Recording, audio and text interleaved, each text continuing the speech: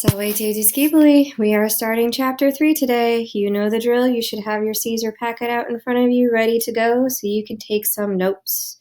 Just to recap, we have left off with Orgetorix's plan and why the Helvetians agreed to it. So remember, Orgetorix's plan was that they were going to leave Helvetia and they were going to strike it on their own and find a new place to live. The Helvetians are on board with this because their territory is really narrow. They're surrounded by a lot of geographical elements that make it very difficult to expand, and they're surrounded by people who have these territories already and are, frankly, people they don't want to go to war with. So they are in agreement, and now they're ready to start figuring out how are they actually going to put this into practice, right? What is the plan going to be? So we start off with their decision-making. In Chapter 3, we start off with his rebus, our ablative of means. By these things, we are used to now the hic, haec, hoc adjective meaning this or these, and res, rei meaning things. But we were looking for something passive if we're going to have an ablative of means, and that would be adducti here, which is a perfect passive participle in the nominative. Our understood subject is, of course, the Helvetians. So we can translate this as having been persuaded or just persuaded. So they persuaded by these things. And then we have another perfect passive participle, permoti, moved. And then our next ablative of means is auctoritate, by the authority. And then we have Orgetorigis here. And if you remember, I told you that Orgetorix, the X and it turns into a G in the stem in the genitive and gets used in the rest of the cases. So he's a third declension noun, the X becomes a G, and we have our third declension genitive ending there. So this is of Orgetorix. So persuaded by these things and moved by the authority of Orgetorix, they decided. And then we've got a big relative clause in the middle here that we're going to bracket off. This is why you do it, because you don't get lost. And we're going to look for a complementary infinitive. What did they decide to do? Our complementary infinitive is comporare, to assemble, to put together. And our direct object is from is ea id. This is neuter accusative plural. The things. And then the relative clause is going to describe that which. And it has its adjective or main verb here, pertain, right, relate to, and then we've got the to, and then we have a gerund, to setting out, relate to the purpose of setting out. This is a little purpose construction, odd plus a gerund.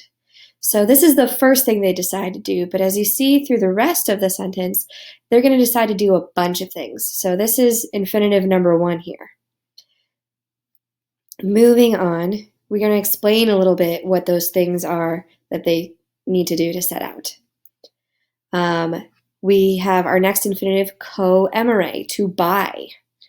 And then our direct object here is maximum numerum, but I want to point out here this interesting use of quam.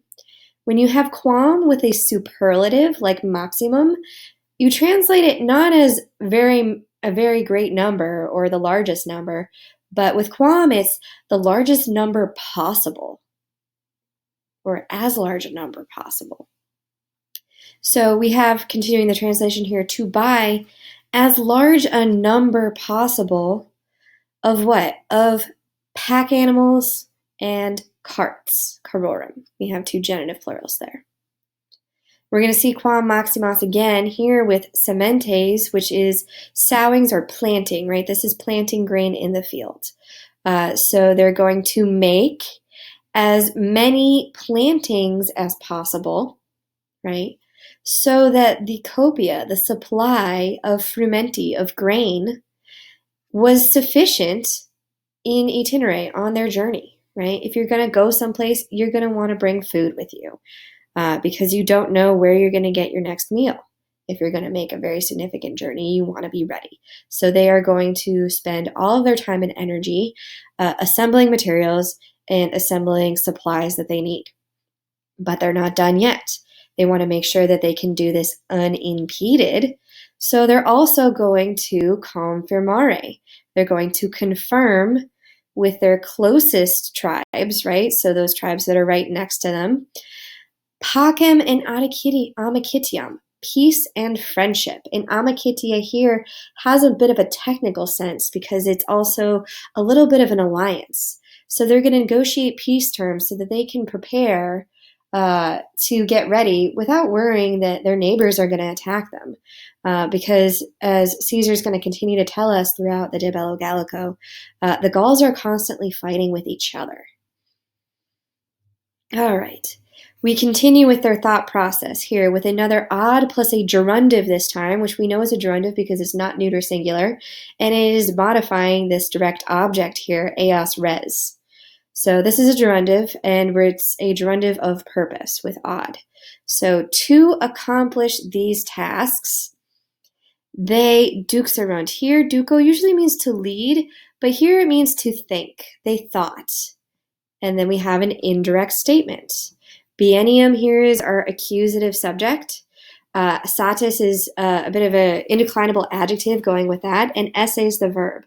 So they thought that a biennium, so we see bi here, which means two, and ennium, that comes from annus, meaning year, so a period of 2 years, was enough for them.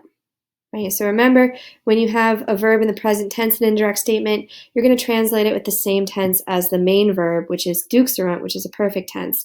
So we want to make sure we translate esse as was. So again, to accomplish these tasks, they thought that a period of 2 years was enough for them. In tertium annum, in the 3rd year, right, so right at the start of the 3rd year, they confirmed their departure.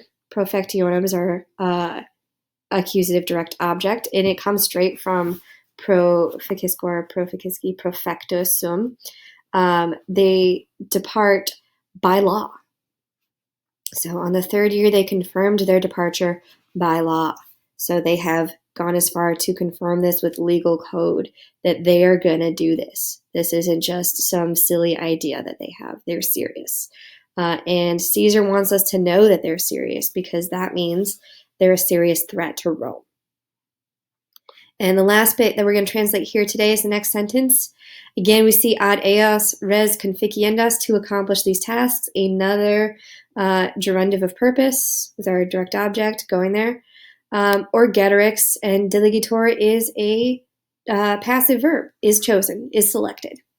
So they put Orgetorix in charge of the departure committee, essentially. He's going to be their guy leading them on this journey, even though he's not actually the chief of the Helvetians. And it's interesting, but Caesar doesn't really get into who really is in charge of the Helvetians at this point. We're not really sure. Okay, that's our translation for today. So some reminders of what you got to do. It's Friday, or as we like to say, Friday. So today you do have 2 Google Form activities. One is the usual post-video comprehension check. The other is your vocabulary list A quiz. And remember, you're going to be picking the word that best fills in the blank of the sentence. You can use your notes on this quiz. It's not meant to make you do that. I want you to know the definitions with this quiz. We'll pick up with the rest of Chapter 3 next week. But as always, stay safe, stay healthy, and keep learning.